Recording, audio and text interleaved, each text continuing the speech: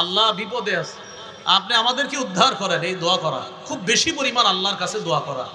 আমরা এখন বিপদগ্রস্ত, সারা পৃথিবীর মুসলমান নিজেদের অপরাধে আমরা বিপদে আছি। এই বিপদ থেকে উত্তরণের জন্য আল্লাহর কাছে দোয়া করা।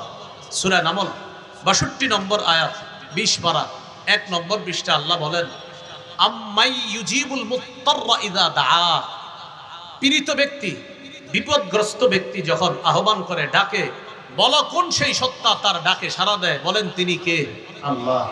এজন্য আল্লাহকে ডাকা, খুব বেশি পরিমাণে আল্লাহর কাছে দোয়া করা। আমি ওনারে যদি ডাক দিই, আচ্ছা আমারই বলি, উনি যদি আমারে ডাক দেয় ৬-৭ বার ডাক দিলে আমি রাগ হয়ে যাব। আমি বলবো এত বেডের বেডের করেন কোন কিসে বলেন? মাখলুককে বারবার ডাকলে মাখলুক রাগ করে।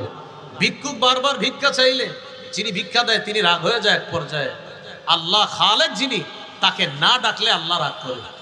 রাসূলুল্লাহ সাল্লাল্লাহু আলাইহি সাল্লাম বলেন,